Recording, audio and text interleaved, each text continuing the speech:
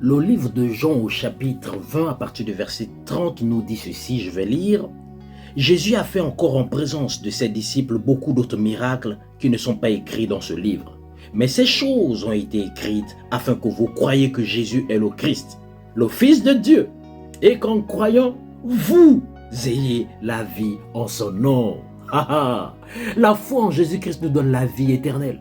Et la vie éternelle apporte de la clarté et la conscience du règne de Dieu en nous et autour de nous. Tu ne te contentes plus de voir la vie défiler. Tu ne te contentes plus de voir les jours passer et subir. Non, tu vis dans la réalité de Dieu. Tu vis avec la conscience de Dieu. C'est ce que Jésus voulait dire lorsqu'il a déclaré « En vérité, je vous le dis, celui qui croit en moi a la vie éternelle. » Jean 6, 43. La vie éternelle, c'est véritablement vivre avec une conscience divine et une puissance qui accompagne cette conscience. Mais vois-tu, beaucoup de chrétiens sont plus conscients de leur nature humaine que de leur nature divine. Quand Jésus affirmait qu'il était le Christ, les Juifs l'accusaient de blasphème parce que eux, ils savaient ce que signifiait ce mot. Christ veut dire Fils de Dieu. Et cette expression signifie même Dieu manifesté en chair humaine.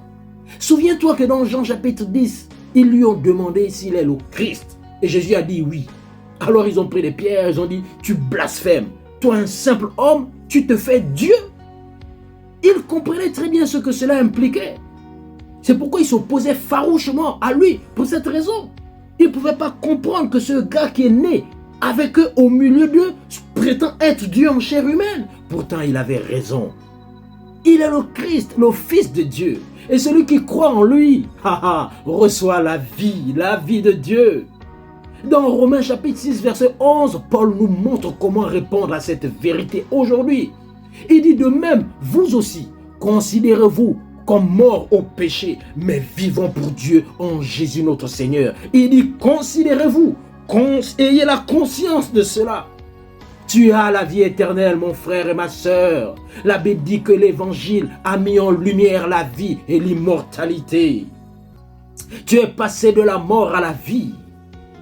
Jésus dit en vérité, je vous le dis, celui qui écoute ma parole et qui croit en celui qui m'a envoyé a la vie éternelle. Il ne vient pas en jugement, mais il est passé de la mort à la vie. Alléluia. C'est pourquoi, bien-aimés, nous devons annoncer aux gens l'évangile, la bonne nouvelle que Jésus est le Christ, le Fils de Dieu, et qu'en croyant, ils reçoivent la vie par son nom. Car il a dit en vérité, je vous le dis, celui qui croit en moi a la vie. Celui qui croit en moi a la vie.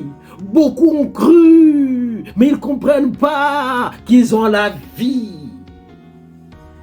C'est cette réalité que je t'annonce ce matin. Demeure béni. Je t'invite à faire cette prière avec moi. Père, je te remercie de m'avoir donné la vie éternelle. Je marche dans la pleine bénédiction et la conscience de cette vie divine, remplie de ta gloire, de ta puissance et de ton amour.